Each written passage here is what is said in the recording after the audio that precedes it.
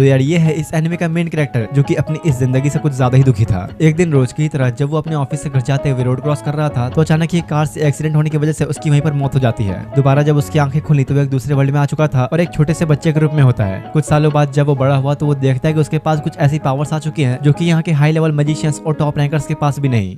तो इस कहानी की शुरुआत में हमारे मेन कैरेक्टर को दिखाया जाता है जो कि हमेशा की तरह आज भी अपने ऑफिस में काम कर रहा होता है। रात होने पर जब उसके दोनों फ्रेंड्स घर जा रहे थे तो उसे अपनी शाम की पार्टी के लिए इनवाइट करते हैं, लेकिन क्योंकि उसका काफी सारा काम पेंडिंग था तो वो उनके साथ नहीं जा पाता। उनके जाने के बाद वो अकेला बैठा खुद से कहता है अगर मैं घर चला भी जाऊँ तो क्या फायदा, कौन सा कोई मेरा वहाँ इंतजार कर रहा है। टीवी देखना, गेम्स खेलना और काम करना, मेरी लाइफ में अब बस यही बचा है। काफी देर रात तक रुकने के बाद जब वो अपना सारा काम खत्म करके घर जा रहा था तो बस अपनी लाइफ के बारे में ही सोचता रहता है। वो अपने आप में इतना खोया था कि आसपास की जगह पर उसका बिल्कुल भी ध्यान नहीं होता और रोड क्रॉस करते वक्त अचानक एक कार के सामने आने से उसका वहीं पर एक्सीडेंट हो जाता है। ऑन द स्पॉट ही उसकी मौत हो चुकी थी। लेकिन फिर उसके साथ कुछ अजीब होता है और अब जब दोबारा उसकी आंखें खुली तो वो एक बच्चा बन चुका था, जहां इस वक्त वो एक बूढ़े आदमी की गोद में है। इसके बाद अब सीधा कुछ सालों बाद का सीन दिखाया जाता है जहां अपना मेन कैरेक्टर अब काफी बड़ा हो चुका है, यहाँ तक कि उसके पास कुछ मैजिकल पावर्स भी आ चुकी थी। वो खुद से बातें करते हुए हमें बताता है कि मेरा नाम शिन है, मैं पिछले कई सालों से यहाँ अपने दादाजी के साथ हूँ और हाँ मुझे अपनी पिछली लाइफ अच्छी तरह से याद है जहाँ मैं एक नॉर्मल सी 9 to 5 जॉब किया करता था। असल में बात यह है कि जब शिन इस वर्ल्ड में आया तो कुछ डीमंस ने उसके और उसके पेरेंट्स के ऊपर अटैक कर दिया था, लेकिन तब उस बूढ़े आदमी ने शिन की जान बचाई और तब से पिछले कई सालों से शिन उसके साथ ही रह रहा है। उसके दादाजी की वजह से आज उसके पास कुछ ऐसी मैजिकल पावर्स हैं जिसको अच्छे मैजिशियंस भी इस्तेमाल नहीं कर पाते। उसके दादाजी को तो यकीन ही नहीं होता कि एक बच्चा ऐसी मैजिकल पावर्स यूज कर पा रहा है और इनका नाम है मर्लिन। इतने में तब यहाँ पर दो लोग और आते हैं, मेलिडा और मिशाइल। मेलिडा तो ये देख के गुस्से में आ चुके थे कि आखिर शिन इतने बड़े जानवर का शिकार क्यों कर रहा है, क्योंकि यार ऐसे काम उसके इतनी उम्र के बच्चों के लिए बहुत ही डेंजरस है। लेकिन शिन के लिए तो जैसे ये भयानक जंगल एक गार्डन की तरह है, उसके लिए यहाँ के जानवरों का सामना करना कोई बड़ी बात नहीं। इसके बाद एक बार फिर से टाइम आगे बढ़ता है और 2 साल बाद का सीन दिखाया जाता है जहाँ शिन के दादाजी आज उसे एक डेमन का सामना करने के लिए ले जा रहे थे। वो उसे बताते हैं कि मैजिक तो वैसे इस वर्ल्ड में सबके लिए है, लेकिन फिर भी कुछ ऐसे लोग भी हैं जो उसे कंट्रोल नहीं कर पाते और पूरी तरह से एक डीमन में बदल जाते हैं। कुछ इंसानों ने तो डीमंस के रूप में आने के बाद शहरों में काफी नुकसान भी किया है। तब मर्लिन यानी कि उसके दादाजी उसे सर्च मैजिक यूज करने का तरीका बताते हैं जिससे आसपास से किसी भी चीज को ढूंढा जा सकता है। ये मैजिक इतना आसान भी नहीं, लेकिन फिर भी शिन ने तो बस इसे कुछ मिनटों के अंदर ही सीख लिया और अचानक ही तभी दोनों को एक डीमन के करीब होने की फीलिंग आने लगती है। जैसे ही वो लोग अब उस डीमन के पास पहुंचे तो शिन तो यहाँ खुद को कंट्रोल ही नहीं कर पाता और अपने दादाजी की कोई बात सुने बिना ही उस डीमन के ऊपर अटैक करने के लिए चला जाता है। मर्लिन को भी ये उम्मीद नहीं थी, लेकिन कुछ ही देर के लगातार अटैक्स के बाद शिन तो उस डीमन का नामो निशान ही मिटा देता है। जिसके बाद अब सीधे रात का सीन दिखाया जाता है जहाँ पर मर्लिन, मेलिडा और मिशाइल तीनों शिन के बारे में बात कर रहे थे कि उसने जिस तरह की पावर्स इस छोटी सी एज में हासिल कर ली है वो किसी नॉर्मल बच्चे के बस की बात नहीं। इन लोगों को इस बात पर शक होता है कि शिन शायद किसी दूसरे वर्ल्ड से आया है, जिस पर मर्लिन कहता है कि अगर ये सच है भी तो मुझे कोई फर्क नहीं पड़ता, मेरे लिए वो एक बेटे जैसा है। अगले दिन मर्लिन उसे अकेले मिला के उसे अपने बारे में सारी सच्चाई बताते हुए कहता है कि मैं तुम्हारा असली ग्रैंडफादर नहीं, क्योंकि कल तुमने जिस डीमन को खत्म किया वो वही था जिसने तुम्हारे पेरेंट्स को मारा। ये किसी चमत्कार जैसा ही है कि उस डीमन ने तुम्हें कुछ नहीं किया, शायद तब उसने तुम्हें देखा नहीं था। वैसे यार अपने बारे में सारी बातें शिन को पहले से पता थी। उसके दादाजी भी हैरान होते हुए उसे पूछते हैं कि आखिर ये सब जानने के बाद तुम्हारा कोई रिएक्शन क्यों नहीं है। हाँ, क्योंकि मैंने अपने पेरेंट्स को कभी देखा ही नहीं और वैसे भी उस डीमन को मारकर मैंने उनकी मौत का बदला तो ले ही लिया है और मैं इस बात से काफी खुश हूँ कि इस वक्त आप लोग मेरे साथ हैं। उसकी बातों से तो मर्लिन इतना इमोशनल हो गया कि खुशी के मारे रोने ही लग जाता है। एक बार फिर से दोबारा टाइम बीतता है और अब 5 साल बाद का वक्त दिखाया गया जहाँ अपना शिन अब 15 साल का हो चुका है। उससे मिलने के लिए उसके घर पर 4 लोग आए हुए थे,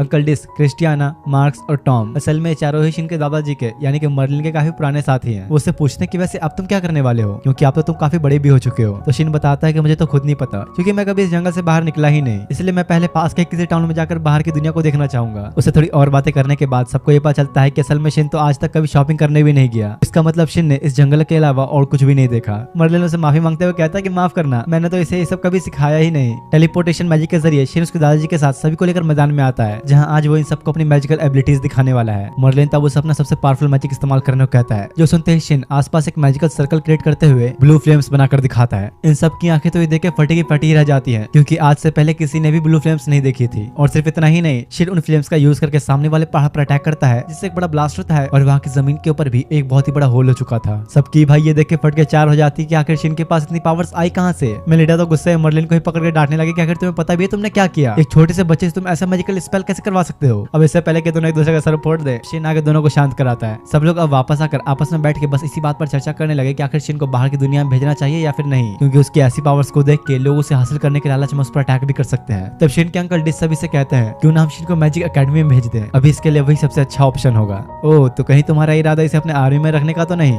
नहीं, मैं आपसे प्रॉमिस करता हूँ कि मैं कभी भी इसे अपने साथ शामिल नहीं करूंगा। शिन के पूछने पर अंकल डिस उसे बताते हैं कि मैजिक एकेडमी रॉयल कैपिटल में एक स्कूल है जहाँ टैलेंटेड बच्चों को मैजिक यूज करने का तरीका सिखाया जाता है। उस अकेडमी में काफी दूर दूर से बच्चे भी एडमिशन लेने के लिए आते हैं, तो इससे तुम वहाँ पर काफी सारे दोस्ती बना पाओगे। लेकिन अगर तुम्हें वहाँ एडमिशन लेना है तो एंट्रेंस एग्जाम देना होगा, जो कि काफी टफ होता है। यही बातों बातों में शिन को ये भी पता चलता है कि अंकल डिस असल में सिटी किंगडम के किंग हैं और क्रिस्टियाना रॉयल गार्ड्स के ऑर्डर पर अंकल डिस को प्रोटेक्ट करने के लिए उनके साथ रहती है। और तो और मार्क्स भी काफी हाई लेवल मैजिक डिवीजन का मैजिशियन है। ये सब सुन के अब जब शिन मिशेल के बारे में पूछता है तो वो बताता है कि अभी मैं रिटायर हो चुका हूँ, लेकिन असल में मैं पहले नाइट कमांडर हुआ करता था। शिन सोचता है कि अब यार चल क्या रहा है, इतने सालों से मैं इन लोग के साथ था, लेकिन मुझे तो पता भी नहीं कि लोग इतने हाई पोस्ट वाले लोग हैं। लेकिन उसे एक बात नहीं समझ में आती कि आखिर एक किंग उसके दादाजी का दोस्त कैसे बन गया। तो उसके अंकल डिस उसे बताते हैं कि दरअसल सालों पहले जब डिमस ने हमारी कंट्री पर अटैक किया था तब मेरी उम्र काफी कम थी, लेकिन मैं फिर भी किसी की बात न मान के उस डिमस से अकेले ही लड़ने चला गया। उस वक्त अगर मास्टर मर्लिन और मिस मेलिडा मेरी जान बचाने को ना आते तो मेरा मरना तो पक्का तय था। जब से इन दोनों ने मिलकर उस पावरफुल डीमन को हराया, पूरे देश के लोग इन्हें हीरोज मानने लगे और टाइम बीतने के साथ मैं इन लोगों से काफी अच्छी जान पहचान भी हो गई। मतलब कि शिन के दद्दू और दादी जिन्हें अब तक वो नॉर्मल समझ रहा था, वो तो असल में एक टाइम पर इस दुनिया के हीरोज हुआ करते थे। ये सब सुनकर तो उसे खुद के ही होश उड़ जाते हैं कि भाई चल क्या रहा है, मुझे ये सब बातें अब पता लग रही हैं। जिसके बाद अगले सीन में दिखाया जाता है कि काफी सालों बाद मर्लिन और मेलिडा शिन के साथ किंगडम में रहने के लिए आते हैं। इन दोनों का घर तो यार किसी आलिशान महल से कम नहीं होता, जहाँ पर काफी सारे वर्कर्स और सर्वेंट्स भी मौजूद थे। सच में अगर ये लोग इतने अमीर है तो अब तक पता नहीं जंगलों में क्यों रह रहे थे। शिन अब सिटी घूमने के लिए बाहर निकलता है, जहाँ पहली बार वो इस वर्ल्ड के लोगों और यहाँ के नजारों को देख रहा था। काफी देर तक घूमते घूमते वो एक गली में पहुंचता है जहाँ कुछ बदमाश दो लड़कियों के साथ जबरदस्ती कर रहे थे। वो ये देखते ही बस कुछ सेकंड्स के अंदर ही उन्हें अच्छी तरह से पेल देता है। दोनों ही लड़कियां उससे काफी खुश होकर उसे बचाने के लिए थैंक्स कहती है और उनमें से एक की क्यूटनेस पर तो शिन लगभग खो ही चुका था। तीनों ही अब एक कैफे में आते हैं जहाँ पर इन दोनों का नाम पता चलता है। इस लाल बालों वाली का नाम मारिया और ब्लू वाली का नाम सिसिली है। इनसे बात करने पर शिन को पता चलता है कि ये दोनों लड़कियां भी मैजिक एकेडमी के अंदर एंट्रेंस एग्जाम देने वाली है। वो अब जब दोनों से ही हाथ मिलाकर उन्हें एग्जाम के लिए गुड लक कहता है तो सिसिली का चेहरा बिल्कुल ही लाल हो गया। तो समझ जाओ कि यहाँ कुछ तो गड़बड़ है। बातों बातों में मारिया उससे पूछती है क्या तुम जानते हो मिस्टर मर्लिन और मिसेस मेलिडा हाल ही में सिटी में वापस लौटे हैं। कितनी खुशी की बात है, मैं तो उनसे मिलने के लिए काफी एक्साइटेड हूँ। ये सुन के तो यार अब तुम लोग भी समझ ही गए होगे कि ये और किसी की नहीं बल्कि अपने शिन के दादा और दादाजी की बात कर रही है। शिन उससे पूछता है किसका मतलब तुम्हें वो दोनों काफी पसंद है। हाँ तुमने सही कहा, और मैंने सुना है कि इस साल तो उनका ग्रैंडसन भी एंट्रेंस एग्जाम देने वाला है। वो तो हमारी एज का ही होगा, पता नहीं मैं उससे कब मिलूंगी।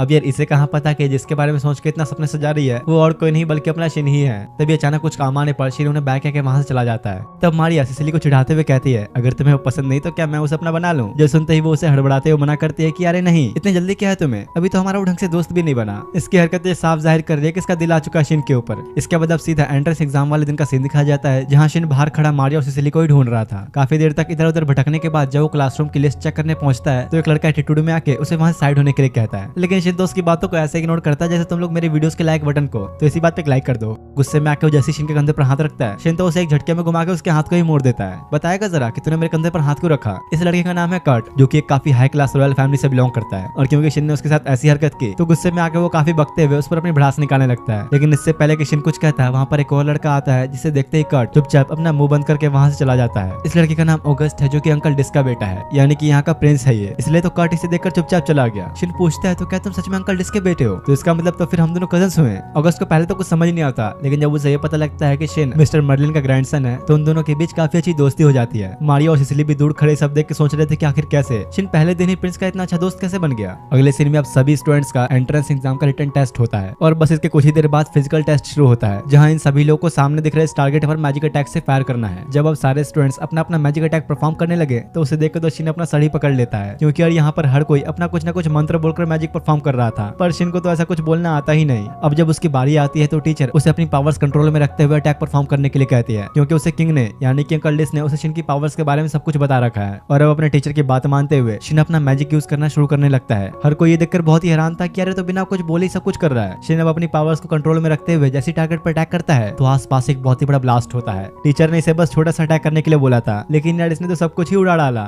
इसके बाद अब सभी टीचर्स की मीटिंग दिखाई जाती है, जहाँ पर सभी लोग शिन के इतना पावरफुल होने के ऊपर ही चर्चा कर रहे थे, क्योंकि उसने एंट्रेंस एग्जाम में टॉप किया है। एग्जाम पास करने के बाद अगले दिन शिन और अगस्त एकेडमी की यूनिफॉर्म लेने जाते हैं। वहाँ बैठे टीचर उसे कहते हैं कि तुम्हारी यूनिफॉर्म पर ऑलरेडी डिफेंस मैजिक यूज कर दिया गया है, तो इसे तुम्हें फिर से करने की कोई जरूरत नहीं। जो सुनते ही शिन एक इवली स्माइल देते हुए सोचता है अगर मैं इस पे एक बार फिर से अपना वाला मैजिक करूँ तो।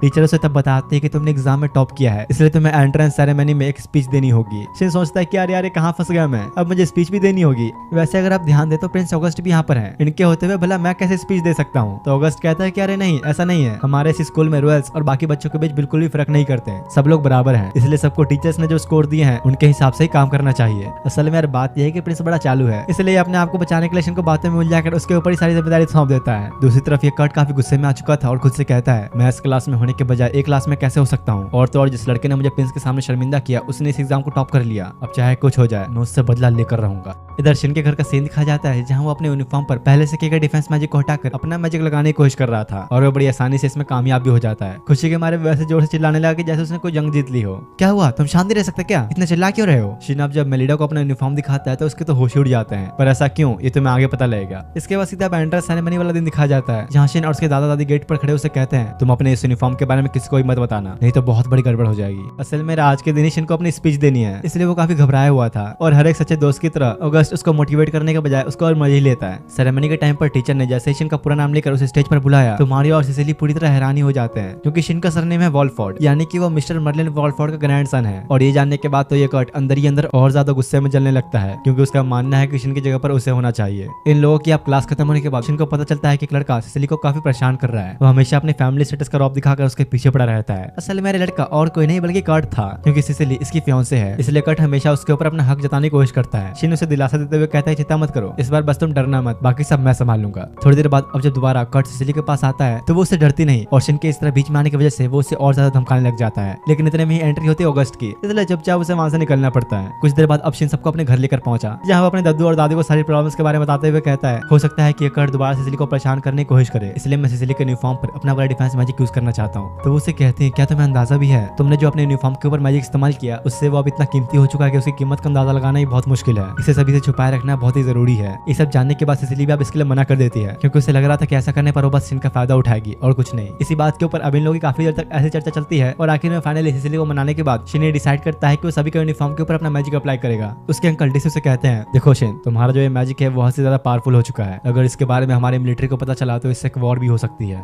अब जब सब जाने लगे तो शिन सिसिली से कहता है तुम कल से स्कूल अकेले नहीं जाओगी, मैं भी तुम्हारे साथ चलूंगा क्योंकि अभी भी इसका खतरा टला नहीं है, वो शायद तुम्हें नुकसान ही पहुंचा सकता है। शिन तब सबको अपना टेलीपोर्टेशन मैजिक यूज करके दिखाता है जो देखो सबके होश उड़ चुके थे क्योंकि आज से पहले इन लोगों ने इस तरह से मैजिक का इस्तेमाल होते हुए नहीं देखा था। सुबह का सीन दिखाया जाता है जहाँ पर शिन, मारियो और सिसिली तीनों ही एक साथ स्कूल जा रहे थे। चलते चलते ये दोनों आपस में बातें करने में इतने खुश जाते हैं कि मारियो को तो बिल्कुल भूल ही गए। थोड़ा सबर नहीं हो रहा क्या तुम लोगों से, रोड पर ही सारी बातें करनी है। तीनों जब स्कूल पहुंचे तो एक न्यू स्टूडेंट से मिलते हैं जिसका नाम है एलिस, और ये लड़की तो कुछ ज्यादा ही एक्साइटेड थी अपने फर्स्ट डे क्लास के लिए। इसके बाद दिखाया जाता है कि टीचर उन्हें पूरे स्कूल का टूर देते हुए बताते हैं कि ये स्कूल दो हिस्सों में बटा है, एक जिसमें तुम सबकी रेगुलर क्लासेस चलती हैं और दूसरा वो जहाँ पर स्टूडेंट काउंसिल, लेबोरेटरी और स्टडी ग्रुप्स हैं। यहाँ काफी सारे ग्रुप्स हैं जैसे कि attack magic, life study, body language और भी बहुत सारे स्टडी ग्रुप्स। पीछे खड़ा अगस्त का बॉडीगार्ड जूलियन कहता है अगर मुझे प्रिंस के साथ न रहना होता तो मैं जरूर बॉडी लैंग्वेज ग्रुप में होता। अरे इसमें क्या है, तुम चाहो तो अभी भी रह सकते हो क्योंकि तुम लोग तो जानते ही हो इस मैजिक एकेडमी के अंदर मेरी कोई रॉयल्टी नहीं चलती। असल में यार बात यह है कि अगस्त को अपने बॉडीगार्ड से पीछे छुड़ाना है, बड़ी चालाकी से काम निकलवाता है सभी से। एलिस तब शिन से पूछती है कि आखिर तुम कौन सा स्टडी ग्रुप चुनोगे, तो मना करते हुए कहता है कि नहीं अभी मैंने इस बारे में सोचा नहीं। अरे वैसे तुम चाहो तो अपना भी एक ग्रुप बना सकते हो। ये सुनकर बाकी स्टूडेंट्स भी कहते हैं कि अगर शिन खुद का कोई स्टडी ग्रुप बनाएगा तो हम लोग भी उसमें ज्वाइन होना चाहेंगे। ग्रुप स्टार्ट करने के लिए 5 से ज्यादा मेंबर्स और एक फैकल्टी एडवाइजर होना चाहिए। और हाँ शिन तुम चाहो तो मैं भी एडवाइजर बन सकता हूँ। जिसके बाद सब लोग बस इसी बात पे चर्चा करना डिसाइड कर देते हैं कि इस ग्रुप का नाम क्या होगा और फाइनली वो लोग एक नाम चुनते हैं, अल्टीमेट मैजिक स्टडी ग्रुप। सबके सब बस खुद ही फैसला करने में लगे थे, शिन की तो कोई सुनता भी नहीं। अब शाम के वक्त का सीन दिखाया जाता है जहाँ पर महल के अंदर अंकल डिस के साथ कुछ लोग बैठकर डीमंस के इस फैलते आतंक के ऊपर मीटिंग कर रहे होते हैं। असल में पिछले 1 साल के अंदर इन डीमंस की संख्या काफी ज्यादा बढ़ चुकी है, पर ध्यान देने वाली बात यह है कि लोग धीरे धीरे सामने आते हैं। ऐसा लग रहा है कि कोई है जो नहीं चाहता कि लोगों का ध्यान इन डीमंस के ऊपर जाए, इसलिए यहाँ बैठे कई लोगों का मानना था कि इन डीमंस को आर्टिफिशियली बनाया जा रहा है। तो इस तरफ इधर कर्ट के डैड को दिखाया गया जो कि उसके ऊपर काफी गुस्सा हो रहे थे। तुमने आखिर समझ क्या रखा है, तुम अकेडमी में अपने फैमिली का नाम कैसे यूज कर सकते हो, तुम्हारी वजह से मुझे किंग ने बुलाया था। अगर तुम भूल रहे हो तो मैं याद दिला दूं कि उस मैजिक एकेडमी के अंदर हमारी कोई रॉयल्टी नहीं चलती। आखिर आप मुझे क्यों डांट रहे हैं, ये सब उस शिन की वजह से हुआ है। अब तो उसने मेरी फियांसे को भी मुझसे दूर कर दिया। कर्ट से सब और बेतुकी की बातें सुन के उसके डैड उसे एक पंच मार के वहीं पे सुला देते हैं और उसकी हरकतों की वजह से सजा के तौर पर उसे ले जाकर एक रूम में बंद करवा देते हैं। इसके बाद अगले दिन अकेडमी में इन सबको भी ये बात पता लगती है कि कर्ट के डैड ने उसे एक रूम में बंद करवा दिया है। तुम लोग को इसके बारे में कुछ पता है क्या कि कर्ट ऐसे बर्ताव क्यों कर रहा है? तो अगस्त के दोनों बॉडीगार्ड थॉर और जूलियन उसे बताते हैं कि हम लोग कर्ट के साथ मिडिल स्कूल में थे। उस टाइम उसका बर्ताव ऐसा बिल्कुल भी नहीं था, लेकिन जब से उसने मिस्टर स्ट्रॉन्ग के लैब में जाना शुरू किया तब से ही वो इस तरह घमंडी हो गया है। दरअसल बात यह है कि काफी सालों पहले मिस्टर स्ट्रॉन्ग को उसके एम्पायर से निकाल दिया गया था, लेकिन तब उसे हमारी अकेडमी में एक टीचर के तौर पर ट्रांसफर किया गया और जो भी स्टूडेंट उसे अच्छा लगता है वो उसे अपने लैब में बुलाता। हम लोग इसलिए नहीं गए क्योंकि हमें वो कुछ ठीक नहीं लगा, लेकिन कर्ट का तो वहाँ रेगुलर आना जाना था। वैसे तो स्ट्रॉन्ग ब्लाइंड है, कुछ देख नहीं सकता, पर अपनी आंखों पर उसने किसी तरह के स्पेशल ग्लासेस लगा रखे हैं जिससे वो आसपास की हर एक चीज को देख पाता है। दूसरी तरफ यहाँ कर्ट कर्ट के घर का सीन दिखाया जाता है जहाँ पर मिस्टर स्ट्रॉन्ग आया हुआ कर्ट से मिलने के लिए। दरअसल उसकी मॉम ने ही इन्हें बुलाया ताकि वो ये जान सके कि आखिर उनके बेटे को हुआ क्या है। जिसके बाद स्ट्रॉन्ग कर्ट के पास आके उसे कहता है, मैंने कहा था ना ऐसा कुछ भी नहीं जो तुम हासिल न कर सको। बकवास मत करो, मुझे तो वो लड़की भी नहीं मिल पाई क्योंकि हर बार वो लड़का मेरे रास्ते में आ जाता है। उसकी बातें सुनकर स्ट्रॉन्ग उसे समझाते हुए उसके ऊपर किसी तरह का मैजिक यूज करते हुए बोलता है, जिसने तुम्हारा हक छीना, क्या तुम उससे बदला नहीं लेना चाहोगे। इधर अकेडमी के अंदर ऑगस्ट शिन और सिसिली के बैठ के मजे ले रहा होता है। बातों बातों में सबको ये पता चलता है कि शिन ने 10 साल की छोटी सी उम्र में ही एक डिमन को मार गिराया था। सबकी होश उड़ जाते हैं कि भाई क्या ये बंदा, इसने खेलने कूदने की उम्र में डिमंस को मार कर रखा हुआ है। कुछ देर बाद ब्रेक खत्म होने के बाद जब सभी अपने क्लासरूम में वापस जा रहे थे कि तभी शिन को एक नेगेटिव प्रेजेंस फील होती है। उसने जब सामने देखा तो वहाँ पर कर्ट खड़ा होता है जो कि इस वक्त नॉर्मल तो बिल्कुल भी नहीं लग रहा। गुस्से में अचानक वो सबके ऊपर खतरनाक अटैक करता है जो शिन जल्दी से रोकने की कोशिश तो करता है, पर कर्ट तो अब इतना पावरफुल हो चुका है कि शिन के तो हाथ ही जल जाते हैं, लेकिन वो जल्दी उसे हीलिंग मैजिक से ठीक भी कर लेता है। इधर कर्ट का बिहेवियर बिल्कुल ही अजीब हो चुका था। उसका तो इस वक्त खुद के ऊपर ही कंट्रोल नहीं है और देखते ही देखते वो सभी के सामने एक डेमन में ट्रांसफॉर्म हो जाता है। ऐसे खतरनाक सिचुएशन को देखते हुए शिन ऑगस्ट से बाकी सभी को ले जाने के लिए कहता है और अब अकेले ही उसे लड़ने का फैसला करता है। ऑगस्ट और बाकियों के पास भी शिन की बात मानने के लिए और कोई रास्ता नहीं था, जिसके बाद शुरू होती है कर्ट और शिन के बीच की भयानक बैटल। और ये तो इतना पागल हो चुका था कि शिन को जान से मारे बिना शांत नहीं बैठेगा। शिन किसी तरह से बचते हुए उसके ऊपर अपने एक नॉर्मल अटैक से शुरुआत करता है और बस इससे ही कर्ट काफी घायल हो चुका था। आज तो मैं तुम्हें मार के ही छोड़ूंगा, अब तो मुझसे नहीं बचने वाले। उसकी बातें सुनकर शिन खुद हैरान हो जाता है क्योंकि उसने सुना था कि डीमंस कभी बात नहीं करते, पर कर्ट तो पूरे होशो हवास में बात कर पा रहा है। इसी तरह थोड़ी देर तक और लड़ने के बाद उसे समझ में आता है कि असल में अभी कर्ट पूरी तरह से एक डीमन नहीं बना, उसे अभी भी रोका जा सकता है। लेकिन देखा जाए तो अभी सिचुएशन कंट्रोल से बाहर जा चुकी है। कर्ट गुस्से के ऐसे स्टेज में पहुंच जाता है कि शिन को तो अब मार के ही छोड़ेगा और एक बड़े ब्लास्ट से सब कुछ उड़ाने के लिए वो एक मैजिकल सर्कल क्रिएट करता है। शिन भी लगातार अपने अटैक्स करके उसे रोकने की कोशिश तो कर रहा था, लेकिन कर्ट के इस डिमोनिक पावर के सामने इन सबका कोई फायदा नहीं। आखिर में अपने शिन के पास अब कोई रास्ता नहीं बचता सिवाय कर्ट को पूरी तरह से खत्म करने के, क्योंकि हालात यहाँ कुछ ज्यादा ही बिगड़ चुके हैं। वो अपनी एक मैजिकल स्वॉर्ड निकालकर कर्ट के सर को काट के बीच से अलग ही कर डालता है। एक झटके में यार शिन ने उसे मौत के घाट उतार दिया। लेकिन अब इस बात से वो काफी दुखी भी था और खुद से कहता है, आज तक मैंने किसी इंसान को चोट नहीं पहुंचाई, लेकिन आज मुझे अपने इन हाथों से अपने क्लासमेट को मारना पड़ा। थोड़ी देर बाद अब बाकी सभी वापस आते हैं। किसी को भी यकीन नहीं होता कि शिन ने एक डीमन को खत्म कर दिया। ऑगस्ट से कहता है, अब ये बात काफी आगे बढ़ने वाली है, हम इसे लोगों से छुपा नहीं सकते। ये हमारे पूरे हिस्ट्री का वो दूसरा इंसान था जो कि एक डीमन ने बदला और तुमने तो इसे ऐसे ही मार डाला। रॉयल गार्ड्स के आने पर ऑगस्टो ने बताता है कि डीमन को मारने वाला और कोई नहीं मर्लिन वॉलफोर्ड का ग्रैंडसन शिन वॉलफोर्ड है। दूसरी तरफ स्ट्रॉन्ग को दिखाया गया जो कि कहता है, आखिरकार मेरा एक्सपेरिमेंट सफल हुआ, अब मैं इस किंगडम की तबाही के एक कदम और करीब आ चुका हूँ। असल में स्ट्रॉन्ग यहाँ मैजिक अकेडमी के पास की बिल्डिंग पर खड़ा शिन पर नजर रख रहा था। मुझे एक बात बताओ, किसी के लिए भी डिमोनॉइड बनना इतना आसान है क्या? असल में जो भी इंसान डिमोन बदलता है उसे डिमोनॉइड कहा जाता है। शिन के पूछने पर बाकी सभी स्टूडेंट्स उसे बताते हैं कि पहली बार जब एक इंसान डिमोनॉइड बना था तो वो काफी हाई लेवल का मैजिशियन था जिसका उसे खुद की पावर्स के ऊपर बिल्कुल भी कंट्रोल ही नहीं था। और देखा जाए तो कर्ट का डिमोन बदलना कोई नॉर्मल बात नहीं, क्योंकि वो तो भी एक मैजिक स्कूल में ही था, सभी की तरह एक नॉर्मल स्टूडेंट ही था।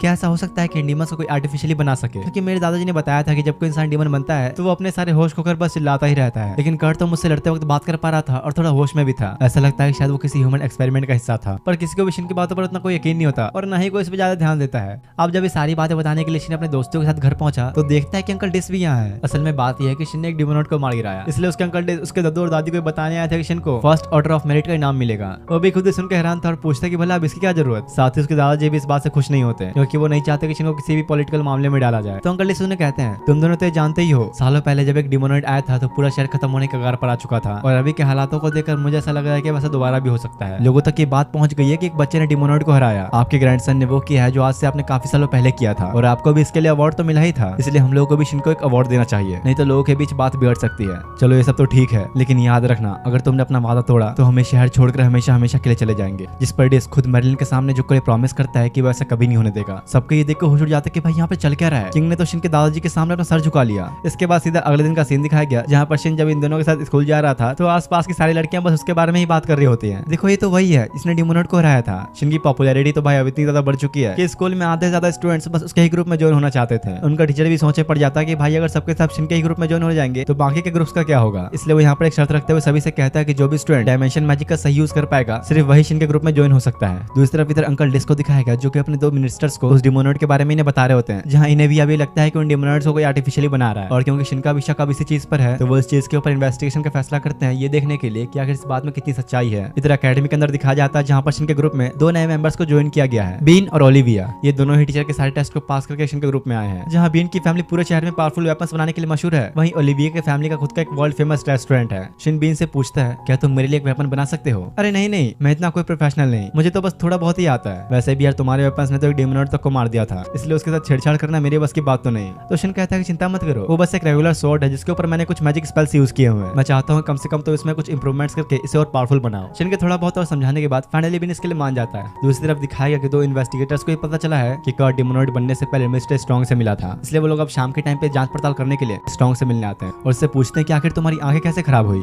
हाँ, वो इसलिए क्योंकि मुझे मेरी फैमिली की लीडरशिप से निकाल दिया गया था और मैंने अपनी आंखें तब खोई जब मेरी फैमिली के ही एक मेंबर ने मुझे मारने की कोशिश की। वैसे हमने सुना था कि तुम काफी सारे स्टूडेंट्स को अपने घर बुलाते थे, इसके पीछे क्या वजह है? तो स्ट्रॉन्ग उन्हें बताता है कि मैं एम्पायर से हूँ, इसलिए मुझे यहाँ अच्छे रिजल्ट्स लाके दिखाने थे। और तो और मेरे साथ काम करने पर मेरे स्टडी ग्रुप के सही बच्चों की मैजिक एबिलिटीज काफी बढ़ गई थी। लेकिन कर्ट के बारे में मुझे कभी ऐसा लगा नहीं था कि वो ऐसा रास्ता चुनेगा। इन्वेस्टिगेटर्स कहते हैं कि अगर ऐसा है तो हमें आपकी मदद चाहिए। हम लोग किसी स्पेशलिस्ट को ढूंढ रहे हैं जो ये पता कर सके कि कर्ट डिमोनॉइड कैसे बना। इसके कुछ देर बाद वो दोनों इन्वेस्टिगेटर्स स्ट्रॉन्ग को अपने साथ किसी दूसरे इंसान के पास ले जाने लगते हैं, लेकिन असल में तो इस स्ट्रॉन्ग को यहाँ तक लाने की एक साजिश थी, क्योंकि जैसे ही वो ग्राउंड में आता है तो सारे सोल्जर्स उसे घेर लेते हैं। महाराज ने जब हमें उस डिमोनॉइड के बारे में पता लगाने के लिए ऑर्डर दिया था तब उन्होंने हमें किसी को भी उस डिमोनॉइड का नाम बताने से मना किया था, क्योंकि एक टॉप सीक्रेट है, ताकि उससे इसकी फैमिली बदनाम ना हो। लेकिन तुम्हें तो किसी के बिना बता ही पता चल गया कि कर्ट ही डिमोनॉइड था, और अब पकड़े जाने के बावजूद स्ट्रॉन्ग हंसता ही है और सभी के सामने वो इस बात को कबूल कर लेता है कि हाँ वो मैं ही हूँ जिसने कर्ट को डिमोनॉइड बनाया। जो सुनते ही अब सारे सोल्जर्स एक साथ ही उसके ऊपर अटैक कर देते हैं। दूसरे तरफ शिन और उसके सारे दोस्तों को दिखाया गया जो घर की तरफ ही जा रहे थे, लेकिन अचानक तभी एक बड़ा ब्लास्ट होता है और वो देखते हैं कि सामने स्ट्रॉन्ग खड़ा है। ऑगस्ट से पूछने पर शिन को भी कंफर्म हो जाता है कि यही है मिस्टर स्ट्रॉन्ग। तभी इन्वेस्टिगेटर सबको उसकी असलियत बताते हुए सभी को वहां से भागने के लिए कहता है, लेकिन शिन को जैसे ही पता चला कि कर्ट को इसी ने डिमोनॉइड बनाया था तो वो गुस्से में बिना कुछ सोचे समझे सीधा उसके ऊपर अटैक ही कर देता है। स्ट्रॉन्ग ने उससे बचने की कोशिश तो की, लेकिन यार शिन की स्पीड कुछ ज्यादा ही है। वो किसी तरह शिन के अटैक से बचते हुए हवा में उड़ने लगता है और उससे कहता है, अरे ये क्या, वाइज मैन के ग्रैंडसन को तो फ्लोटिंग मैजिक भी नहीं आता। अचानक तभी शिन इतने तेजी से ऊपर की तरफ कूदते हुए अटैक करता है कि स्ट्रॉन्ग को तो बचने का मौका भी नहीं मिलता और अगले ही सेकंड उसकी आंखों पर लगा हुआ वो छोटा सा मास्क हट जाता है, जहां अंदर से उसकी आंखें पूरी तरह रेड होती है। वैसे भी तुम लोगों को तो समझ नहीं आया होगा, लेकिन शिन को ये अच्छी तरह समझ में आ जाता है कि स्ट्रॉन्ग भी एक डिमोनॉइड ही है, पर पूरे होशो हवास में। मैं इंसानों से अब काफी ज्यादा ऊपर आ चुका हूँ, तुम इंसान तो मेरी जूते के बराबर भी नहीं। जो सुनकर शिन काफी गुस्से में इस बार अपना फाइनल अटैक ब्लू फ्लेम्स का यूज करता है, पर इसका भी कोई फायदा नहीं होता। स्ट्रॉन्ग ये देख के उसका और मजाक उड़ाने लगता है, क्या हुआ बच्चे, चुप गए क्या?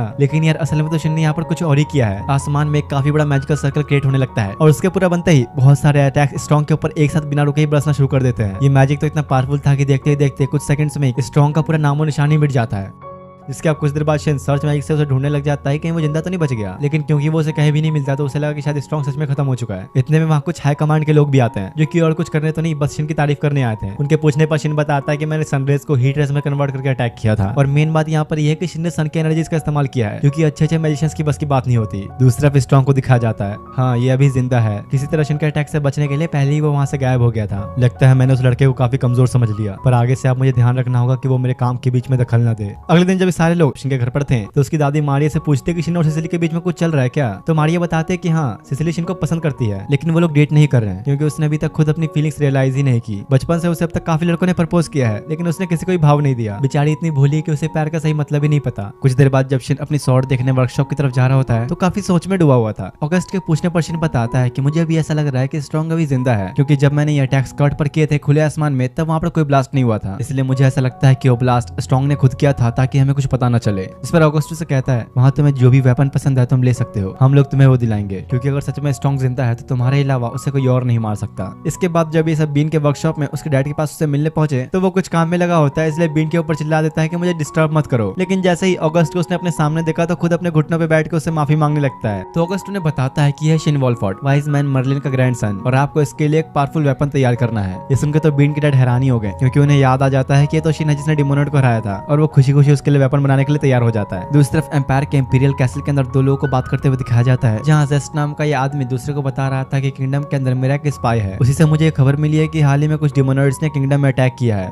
अच्छा ऐसी बात है, फिर तो किंगडम पर कब्जा करने के लिए हमें इससे अच्छा मौका नहीं मिलेगा। इधर वर्कशॉप से बाहर आने पर शिन सबसे ऊपर वाले फ्लोर पर देखता है जहाँ पर काफी सारी एक्सेसरीज मिलती हैं। वो सोच रहा था कि क्यों ना वो सिसिली के लिए भी कुछ ले ले, लेकिन सिसिली तो इधर मनी मन अपने सपने साथ जाने लगी कि कहीं शिन उसे रिंग तो नहीं देने वाला। ये बात को आगे बढ़ाने के लिए कुछ रोमांटिक आइटम, पर शिन तो यार सोच रहा था कि वो किसी मैजिकल वेपन को लेकर उसके ऊपर अपना डिफेंस मैजिक कर दे। इस वर्ल्ड में आने के बाद इसे मैजिक के अलावा और कुछ सोच ही नहीं रहा। बेचारी सिसिली के सपने भी तोड़ दिए इसने। कुछ देर बाद जब वो दोनों शॉप में जाते हैं तो देखते हैं कि यहाँ पर काफी सारी रिंग भी मिल रही है, इसलिए मौका न गवाते हुए फाइनली वो उसे एक रिंग लेकर पहना देता है। माहौल तो यहाँ ऐसा बन चुका है कि जैसे दोनों की एंगेजमेंट चल रही हो। इसके बाद सीधा अवार्ड सेरेमनी वाले दिन का सीन दिखाया जाता है, जहाँ पर शिन को अवार्ड देने के लिए बुलाया होता है। शहर के काफी सारे लोग भी इस अवार्ड सेरेमनी में आए हुए थे। किंग उन्हें बताता है कि मैंने अपने दोस्त वाइज मैन मर्लिन से एक प्रॉमिस किया था कि कभी भी मैं शिन को पॉलिटिक्स या मिलिट्री के साथ जोड़ने की कोशिश नहीं करूंगा। अगर उनसे मेरा ये वादा टूटेगा तो वो लोग सिटी पार्टी को छोड़कर हमेशा हमेशा के लिए चले जाएंगे, इसलिए आप सभी लोग भी इस बात का खास ध्यान रखें। सेरेमनी खत्म होने के बाद जब मारिया, शिन और सिसिली स्कूल जाने के लिए बाहर निकलते हैं तो यहाँ काफी सारे लोग शिन को देखने के लिए खड़े उसका इंतजार कर रहे थे। अवार्ड मिलने के बाद तो शिन की पॉपुलैरिटी आसमान छू चुकी है, तो लोगों की भीड़ से बचने के लिए शिन को टेलीपोर्टेशन मैजिक का इस्तेमाल करना पड़ता है। क्लास में आने के बाद वो सभी से कहता है, किंगडम के हालात देखते हुए मैं चाहता हूँ कि तुम सबको मैजिक में लेवल अप करना चाहिए, क्योंकि हो सकता है कि नौबत यहाँ तक आ जाए कि हमें अपने लिए खुद लड़ना पड़े। लेकिन अब इससे पहले कि मैं तुम लोगों को मैजिक सिखाना शुरू करूँ, पहले मुझे ये देखना होगा कि आखिर तुम लोग किस लेवल पर हो। शिन मैजिक से रिलेटेड अपने ज्ञान की सारी बातें उन्हें बताता है, लेकिन क्योंकि अब वो काफी लेवल में ऊपर जा चुका है तो किसी को भी उसकी बातें समझ ही नहीं आती। सबको ध्यान में रखते हुए वो ये तय करता है कि वो इन्हें बिल्कुल शुरुआत से मैजिक सिखाएगा। साथ ही शिन उन्हें अपने मैजिक का एक छोटा सा नमूना भी दिखाता है। उसके इस छोटे से मैजिक में भी इतनी ताकत थी कि सबके यहीं पर फट के चार हो जाती है। अगर तुम लोग इतने से मैजिक को भी कंट्रोल नहीं कर पाए तो आगे नहीं बढ़ सकते, इसलिए हम लोग अब से रोज प्रैक्टिस करना शुरू करेंगे। दूसरी तरफ स्ट्रॉन्ग को दिखाया गया जो कि अभी एम्पायर में है और जख्मी होने की वजह से हॉस्पिटल में इस वक्त एडमिट है। उसके साथ एक लड़की बैठी होती है जिससे वो कहता है, शायद हमारे एम्पायर में वॉर की तैयारी चल रही है, इसका मतलब जेस्ट ने अच्छा काम किया है, और वो जोर जोर से हंसने लगता है। इधर जब शिन मैजिक की प्रैक्टिस के लिए सबको लेकर अपने घर आया तो उसके दादाजी पूछते हैं कि बोला तुम इस गेट से क्यों आए, तो कहता है कि अब मैं क्या ही बताऊं, कुछ ज्यादा ही फेमस हो चुका हूं मैं। शिन जब मर्लिन को सब बताता है कैसे उसने इन सबको मैजिक सिखाने का फैसला किया है तो मर्लिन सभी के सामने टेलीपोर्टेशन गेट का यूज करके दिखाता है, क्योंकि अब तक सबको ये लग रहा था कि सिर्फ शिन ही ऐसे मैजिकल पावर्स का यूज कर सकता है, लेकिन ऐसा नहीं है। वो कहता है कि अगर तुम लोग चाहो तो शिन जैसी पावर्स हासिल कर सकते हो, बस तुम्हारा फोकस और मैजिक कंट्रोल अच्छा होना चाहिए। कुछ देर बाद पता चलता है कि मर्लिन यानी कि शिन के दादू ने सभी को एक गेट मैजिक इसलिए करके दिखाया था ताकि लोग उसे अलग नजरिए से न देखें, क्योंकि आधे से ज्यादा लोग तो ऐसा ही सोचते हैं कि शिन उनमें से एक है भी या नहीं। इसके बाद अगले दिन का सीन दिखाया जाता है जहाँ पर शिन का वेपन अब बन चुका है। वो जब अब उस स्वॉर्ड में लगे एक बटन को प्रेस करता है तो उसमें से एक ब्लेड निकल के अलग हो जाती है, क्योंकि ये वेपन खास सिर्फ शिन के लिए ही बनाया गया है। ऑगस्ट तब उससे पूछता है कि मैं तुम्हारे जैसे वेपन्स का अपनी आर्मी में यूज कर सकता हूँ, इससे काफी कम खर्चे में एक अच्छी स्वॉर्ड बन जाएगी, इससे खर्चा भी कम होगा और स्वॉर्ड्स भी बन जाएंगे। हमारे किंगडम को अभी इसकी काफी जरूरत है, क्योंकि शायद जल्द ही एक बड़ी वॉर शुरू होने वाली है। ये सुनकर जब अब सब कोई ऑगस्ट से इस बारे में सवाल पूछने लगा कि आखिर ये वॉर क्यों हो रही है, तो वो बताता है कि एम्पायर ने हमारे खिलाफ वॉर की तैयारी शुरू कर दी है। सिचुएशन अगर ज्यादा खराब हुई तो हमें भी इस जंग में जाना पड़ सकता है, लेकिन चाहे कुछ भी हो जाए शिन को वॉर में शामिल नहीं किया जाएगा।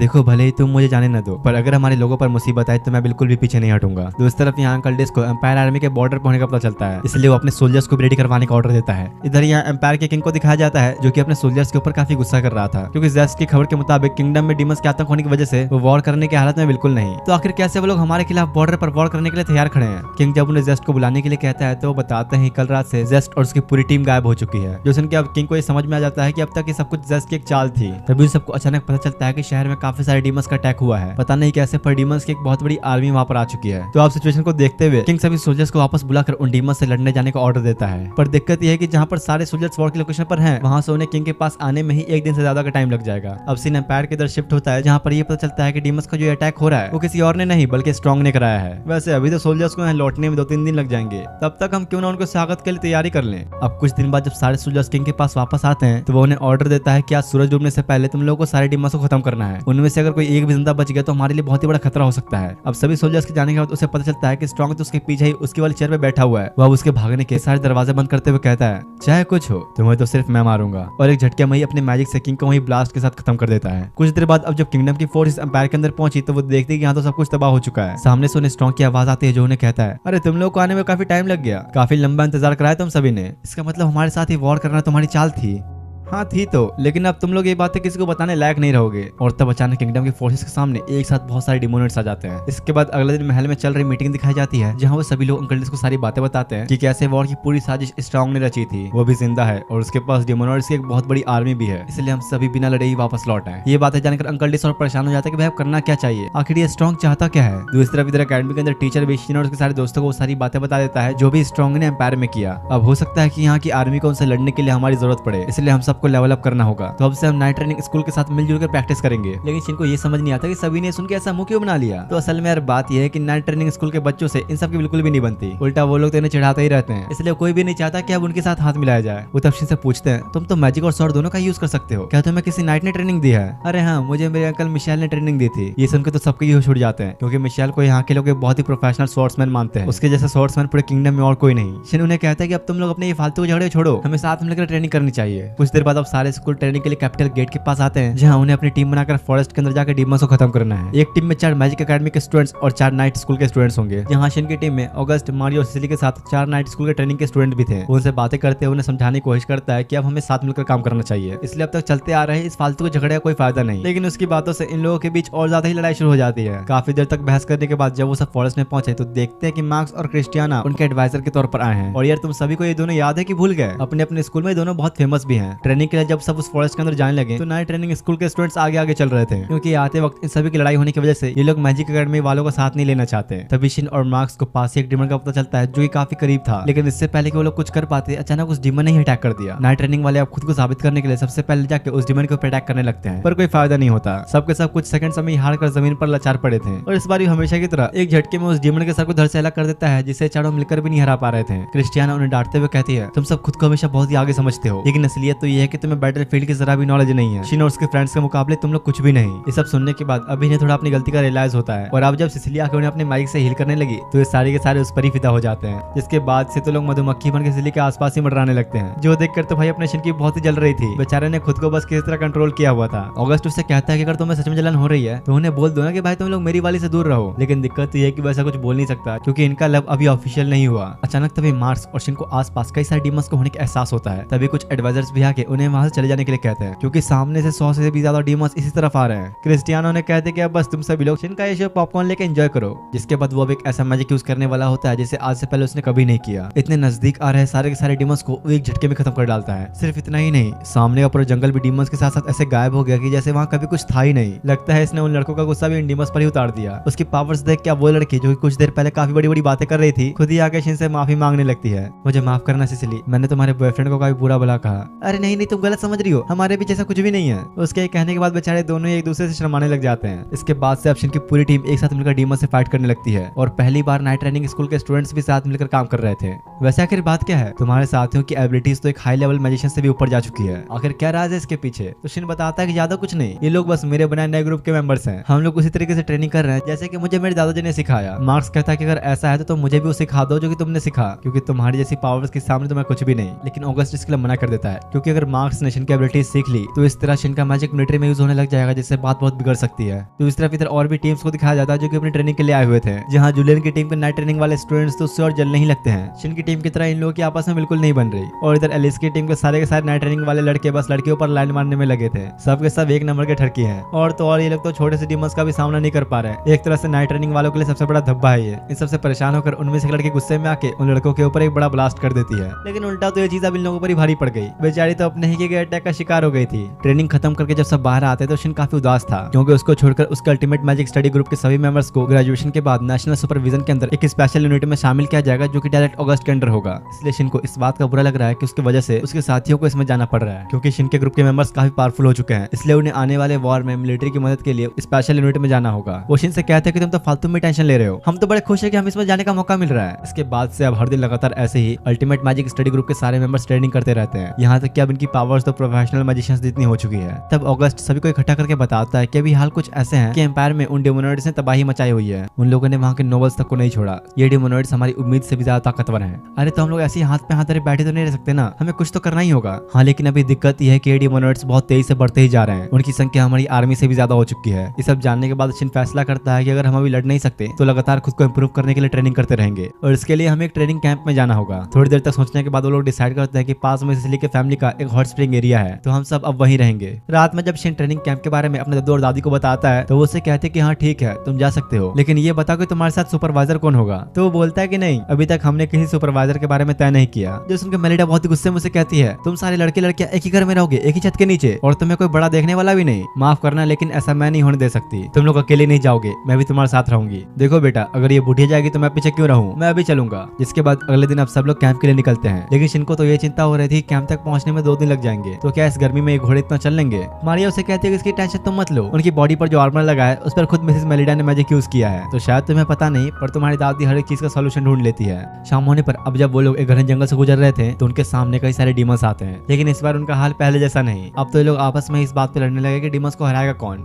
सब कुछ लिपटा के 2 दिन सफर करने के बाद वो लोग उस सिटी में पहुंचते हैं जहाँ पर सिसिली रहती है, और तो और ये जगह उनकी उम्मीद से भी ज्यादा खूबसूरत है। सिसिली के घर में एंटर करते ही काफी सारे सर्वेंट्स उन सबका वेलकम करते हैं। ये तो भाई शिन से भी ज्यादा अमीर निकली। रात में वो हॉट स्प्रिंग में नहाते टाइम सबकी अपनी अपनी अलग मस्ती चल रही थी और इन लड़कियों का तो भाई कुछ अलग ही चल रहा है। अगले दिन शिन के दद्दू और दादी खुद ही इन लोगों की ट्रेनिंग शुरू करते हैं, जहाँ पर हर कोई पूरी जी जान ला के मेहनत कर रहा था। कुछ समय बाद अब शिन अपना एक नया मैजिक ट्राई करने वाला होता है, जो कि शायद थोड़ा खतरनाक भी होने वाला है, इसलिए सब उससे बचने के लिए एक बैरियर बना लेते हैं। अभी से शुरू करते हुए एक बड़ा मैजिक बॉल क्रिएट करके सामने की तरफ तेजी से फेंकता है और इसका रिजल्ट सही में काफी भयंकर था। उसके मैजिकल बॉल की वजह से सामने की पूरी जमीन जल के राख हो चुकी थी। क्या कर रहे हो तुम? आखिर तुमने ऐसा अटैक क्यों किया? प्लीज मुझे माफ कर दीजिए, मुझे खुद नहीं पता था कि ये इतना ज्यादा खतरनाक होगा। वैसे शिन के इतने भयंकर मैजिक अटैक के बाद भी कोई ब्लास्ट नहीं हुआ, मतलब ट्रेनिंग का कुछ तो फायदा हो रहा है। आज की ट्रेनिंग से थक हार के जब सब घर जाने लगे तो ऑगस्ट शिन से कहता है, क्या तुम मुझे अपने टेलीपोर्टेशन गेट से महल ले चलोगे? बात यह है कि काफी टाइम से मुझे डिमोनॉइड से रिलेटेड कोई न्यूज नहीं मिली, इसलिए मुझे थोड़ा जानना है कि आखिर किंगडम में चल क्या रहा है। जिसके बाद अब शिन जैसे ही उसे महल के अंदर लेकर आया तो सामने एक लड़की खड़ी थी जिसका नाम है एली और असल में ये ऑगस्ट की फियांसे है। ये जानने के बाद तो शिन भी हैरान था, क्योंकि ऑगस्ट ने कभी किसी को इस बारे में नहीं बताया था। एली उस पर काफी गुस्सा होती है कि आखिर तुम मुझे और मेरे को अकेले छोड़कर कैसे जा सकते हो। इतने में तभी वहाँ पर मे नाम की एक छोटी सी लड़की आती है, जो कि असल में ऑगस्ट की छोटी बहन है। दोनों ही जब बेचारे लाचार अकेले ऑगस्ट के ऊपर टूट पड़े तो किंग यानी कि उसके डैड उससे कहते हैं कि तुम इन दोनों को लेकर चले जाओ। वहाँ मिस्टर मेर्लिन और मिसेस मेलिडा तो होगी ही, तो टेंशन की तो कोई बात ही नहीं है। जिसके बाद ऑगस्ट शाम में अपना सारा काम खत्म करके एली और मे को लेकर कैंप में वापस आता है। सब यहाँ पर एक दूसरे से काफी मस्ती वाली बातें करते हैं, जहाँ बातों बातों में शिन की दादी सभी को उसके बचपन के बारे में बता देती है, जिससे हर कोई उसके ऊपर काफी हंसने लगता है। लेकिन सिसिली को शिन का ऐसा मजाक उड़ाना देखा नहीं गया और सबके सामने वो उससे कहती है, तुम फिक्र मत करो, चाहे तुम जैसे भी हो, मुझे पता है हमारे बच्चे क्यूट होंगे। सिसिली को खुद ये बात थोड़ी देर बाद रियलाइज होती है कि उसने भी सबके सामने क्या बोल दिया और शर्म से लाल होकर जल्दी से वहाँ से भाग जाती है। इसके बाद अब रात होने पर शिन खुद सिसिली को प्रपोज करने के लिए उसके पास जाता है। आज तो भाई ये फुल कॉन्फिडेंस में है। शुरू में तो दोनों ही एक दूसरे से बात नहीं कर पा रहे थे, लेकिन फाइनली शिन अपनी दिल की बातें उसे बता ही देता है। सिसिली भी इसमें काफी खुश हो गई और अपनी फीलिंग कन्फेस कर देती है कि मैं भी तुमसे बहुत प्यार करती हूँ। और यार प्रपोज करने के बाद क्या होता है तो तुम लोग जानते ही हो। तो बस यहाँ भी ये लोग वही करने वाले थे, लेकिन तब उन्हें पता चलता है कि यहाँ तो और भी कई सारे लोग इस मोमेंट को देखने आए हुए हैं। यहाँ तक कि शिन के दद्दू और दादी भी पूरी पलटन के साथ मिलकर इन्हें चुपके से देख रहे थे। इतने अच्छे खासे मोमेंट पे सबने पानी फेर दिया। हिम्मत करके शिन सबके सामने अनाउंस कर देता है कि अब मैं और सिसिली ऑफिशियली रिलेशनशिप में है, मतलब वही सोना बाबू बेबी वाला सीन शुरू होगा इनके बीच। अगले दिन जब सुबह सुबह दोनों एक दूसरे से मिलते हैं तो काफी शर्माने लगे। सिसिली उसे कहती है कि क्यों ना तुम मेरे पेरेंट्स से मिलकर उन्हें हमारे बारे में बता दो, फिर हमें किसी से भी छुपना नहीं पड़ेगा। तो शिन भी इसके लिए मान जाता है, क्योंकि कभी ना कभी तो ये करना ही था। जिसके बाद अगले सीन में वो सिसिली के पेरेंट्स के सामने बैठा होता है। हिम्मत देख रहे हो,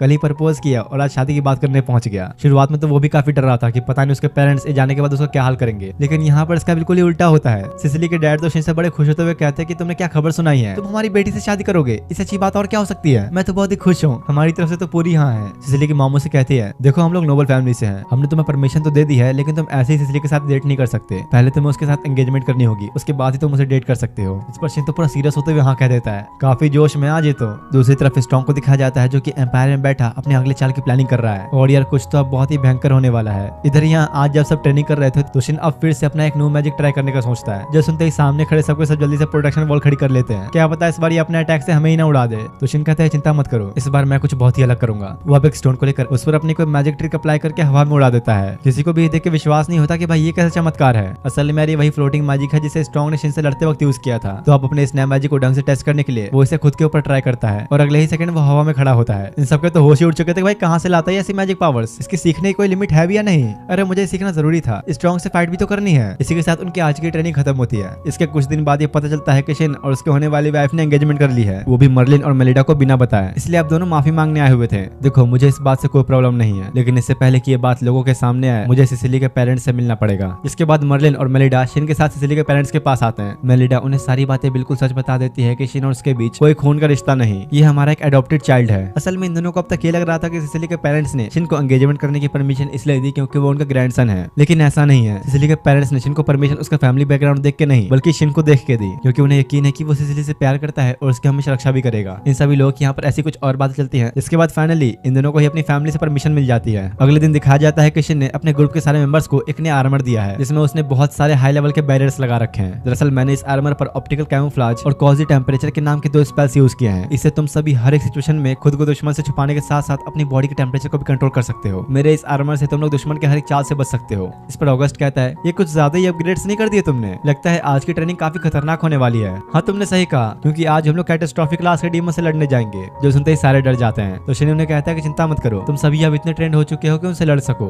इसके बाद अब सभी लोग जंगल में आते हैं, जहाँ थोड़ी देर तक ढूंढने के बाद उन्हें कैटास्ट्रॉफिक क्लास डीमंस के पास होने का एहसास होता है। शिन तब सबको समझाता है है कि देखो असल में लायंस के अंदर बहुत ज्यादा पावर्स होती हैं, लेकिन उनकी कमजोरी ये है कि वो बहुत स्लो हुआ करते हैं, इसलिए हम लोगों को उन पर दूर से ही अटैक करना होगा। जिसके बाद अब शिन 5 स्टूडेंट्स को सबसे पहले उनको सामना करने के लिए कहता है, जिसमें सिसिली भी शामिल थी। लेकिन शिन, ये लोग तो हमारे सपोर्टर्स हैं, तो क्या इनको उस डीमन से लड़ने देना सही होगा? चिंता करने की कोई बात नहीं, मुझ पर यकीन करो, ये लोग उसके लिए काफी होंगे। जिसके बाद वो पांचों अब उसका सामना करने के लिए आ चुके थे। धीरे धीरे वो डीमन भी उनकी तरफ चलते हुए आने लगता है। सबके सब अटैक करने के लिए तैयार खड़े थे, और जैसे ही शिन ने फायर करने को कहा तो वो सब एक साथ उसके ऊपर टूट पड़ते हैं। इन लोगों की पावर्स अब इस लेवल पर जा चुकी थी कि बस उनके अटैक से आसपास एक बहुत ही बड़ा ब्लास्ट होता है, और उस डीमन का तो उसी वक्त नामो निशान ही मिट जाता है। उन्हें खुद यकीन नहीं होता कि उन लोगों ने कैटास्ट्रॉफिक क्लास को हराया। शिन सभी से कहता है, मुझे तो पता ही था कि तुम लोग ये कर लोगे, और जरा सोचो, सिर्फ सपोर्टर टीम में कैटास्ट्रॉफिक क्लास को हरा सकती है, तो इसका मतलब ये हुआ कि हमारा मेन यूनिट का हर एक मेंबर अकेले ही ये कैटास्ट्रॉफिक क्लास के डीमन को हरा सकता है। और जैसा शिन ने कहा, यहाँ होता भी वैसा ही है, बारी बारी अटैकर टीम के मेंबर्स अकेले ही उस डीमन को हरा देते हैं। ये देखने के बाद शिन कहता है, अब तुम सबका एक लेवल और ऊपर जाने का टाइम आ चुका है। तो अगस्त उसे कहता है कि अरे भाई, इतनी भी जल्दी क्या है, फिलहाल तो अब तेरा टाइम आ चुका है एक लेवल ऊपर जाने का। असल में यार बात यह है कि आज शिन की एंगेजमेंट की पार्टी होनी है, क्योंकि इन लोगों की एंगेजमेंट तो पहले हो चुकी है, तो ये उसी चीज की पार्टी जिसमें काफी सारे लोग इन्वाइट होंगे।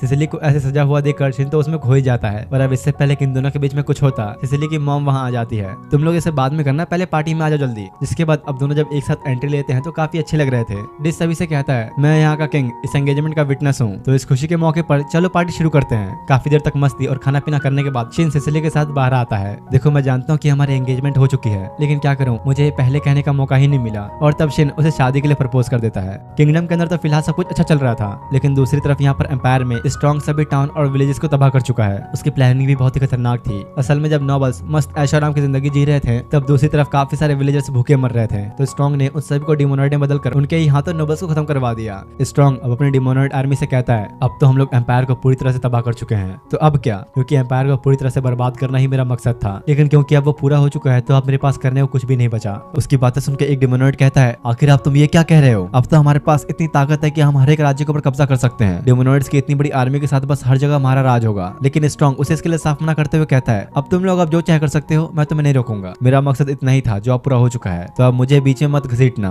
उसकी ये बातें सुनकर वो डिमोनॉइड पूरी सेना को छोड़कर अकेले ही वहां से चला जाता है। देखो मेरी बात अब साफ है, अगर तुम में से किसी और को भी उसके साथ जाना है तो जा सकता है। तभी स्ट्रॉन्ग के पास खड़ी उसके एक साथी मारिया उससे पूछती है, आखिर आपको सिर्फ एम्पायर से इतनी नफरत क्यों है? मैंने तो सुना था कि एक टाइम पर आप एम्पायर के अगले किंग बनने वाले थे, तो आखिर अब ये सब क्यों? मीडिया को समझाने के लिए स्ट्रॉन्ग उसे अपनी पूरी स्टोरी बताता है कि आखिर वो एम्पायर से इतनी नफरत क्यों करता है, और तुम लोगों को भी अभी समझ में आया कि हर विलन बुरा नहीं होता। स्ट्रॉन्ग बताता है करीब 2 साल पहले मैं बहुत ही नेक और साफ दिल इंसान हुआ करता था। मैं हमेशा एम्पायर के लोगों की हर काम में मदद किया करता था। असल में बचपन से ही स्ट्रॉन्ग को सिखाया गया था कि कॉमनर्स यानी कि आम इंसान नोबल्स के दुश्मन होते हैं, इसलिए उनके साथ कभी अच्छा बर्ताव नहीं करना चाहिए। लेकिन जब स्ट्रॉन्ग बाहर के देशों में घूमने गया तो वहाँ की सिचुएशन बहुत ही अलग थी। वहाँ कॉमनर्स हो या नोबल्स, हर कोई मिलजुल कर रहता था। स्ट्रॉन्ग को तब ये बात रियलाइज हुई कि एम्पायर में लोगों के साथ कितना गलत हो रहा है, इसलिए वो अब चाहता था कि वो किसी भी तरह इस भेदभाव को खत्म करे। वैसे स्ट्रॉन्ग की लाइफ अभी बहुत अच्छी चल रही थी, वो आम इंसानों के साथ हमेशा मिलजुल कर रहता और उनकी काफी हेल्प भी करता। यहाँ तक कि उसकी एक वाइफ भी थी जो कि अभी प्रेग्नेंट है, और स्ट्रॉन्ग उसे काफी पसंद भी था। लेकिन वो खुद लोगों के साथ इतना बिजी रहता कि उसके पास अपनी वाइफ के लिए टाइम नहीं था। और अब ये बात तुम लोग भी अच्छे से जानते ही हो कि अच्छे इंसान के साथ कभी भी अच्छा नहीं होता। वैसा ही कुछ यहाँ पर स्ट्रॉन्ग के साथ भी था, क्योंकि एम्पायर में सारे नोबल्स उसके पीठ पीछे उसे रास्ते से हटाने की प्लानिंग कर रहे थे। उनके मुताबिक अगर ऐसा चलता रहा तो स्ट्रॉन्ग एम्पायर का अगला किंग बन जाएगा और हमेशा आम इंसानों के फायदे के लिए ही रूल्स बनाएगा। इसलिए इन सभी ने मिलकर उसे रास्ते से हटाने के लिए एक प्लान तैयार किया है। जिसके बाद अगले दिन उसके घर पर एक लेटर आता है जिसमें लिखा हुआ था कि एम्पायर के हायर ऑफिशियल्स को उसके आइडियाज काफी पसंद आए हैं और जल्दी वो लोग इस बारे में एक मीटिंग करने वाले जिसमें स्ट्रॉन्ग को भी बुलाया गया है। लेकिन उसकी वाइफ को ये बात थोड़ी अजीब लगती है और उसे कहती है, आखिर उन लोगों ने तुम्हें ऐसे अचानक क्यों बुलाया? हो सकता है कि उनकी कोई साजिश हो। अरे तुम चिंता मत करो, मुझे कुछ नहीं होगा, तुम बस अपना ख्याल रखो। वैसे भी अगर कुछ हुआ तो तुम तो जानती होगे, मैं सब कुछ संभाल लूंगा। उसे बैग कह के स्ट्रॉन्ग अब महल के लिए निकल जाता है और यही तो उन लोगों की प्लानिंग थी, क्योंकि उसके जाने के बाद कुछ नोबल्स पूरी सिटी में अफवाह फैला देते हैं कि स्ट्रॉन्ग को तुम लोगों से कोई मतलब नहीं, वो तो बस तुम सभी को किडनैप करके तुम्हें गुलाम बना के बेचना चाहता है। यही वजह है कि वो तुम लोगों के साथ इतना अच्छे होने की एक्टिंग कर रहा है। इसी तरह से अफवाह फैलाकर नोबल्स ने सभी आम लोगों को स्ट्रॉन्ग के खिलाफ भड़काते हुए उन्हें ये समझा दिया कि वो तुम्हारा सबसे बड़ा दुश्मन है, जो कि तुम्हारे पीठ पीछे तुम पर वार करेगा। और सारे बेवकूफ लोग ये बात मान भी लेते हैं। किसी ने भी थोड़ा सा ये नहीं सोचा कि स्ट्रॉन्ग ने हमारी कितनी मदद की है। टाउन का हर एक इंसान अब उसके खिलाफ हो चुका है। सबको भड़काने के बाद वो नोबल उन्हें कहता है, अब हम लोग पुलिस का इंतजार नहीं कर सकते, हमें खुद ही कुछ करना होगा, नहीं तो हमारे और भी ज्यादा लोग उसके हाथों शिकार हो जाएंगे। उसकी बातें सुनकर सभी के मन में स्ट्रॉन्ग के खिलाफ नफरत बढ़ जाती है। वो सब लोग गुस्से में सीधा जाकर स्ट्रॉन्ग के घर पर आग लगा देते हैं और उस वक्त घर में स्ट्रॉन्ग की प्रेग्नेंट वाइफ भी मौजूद थी और उन लोगों ने पूरे घर के साथ उसको भी जला दिया था। स्ट्रॉन्ग दूर से सब देख के जल्दी से अपने घर पहुंचता है, लेकिन तब तक काफी देर हो चुकी थी। वो अपने सामने अपनी वाइफ की डेड बॉडी को देखता है। स्ट्रॉन्ग जब उन सभी लोगों से सब करने की वजह पूछता है तो वो उसे कहते हैं, अब तुम हमसे छुपा नहीं सकते, हमें यह पता चल चुका है कि तुम हम लोगों को किडनैप करके दूसरे देशों में बेचने का काम करते हो, और तो और हमने तुम्हारे किडनैप की हुई लड़कियों को ही पकड़ा जहाँ पर तुम्हारे लोग भी थे।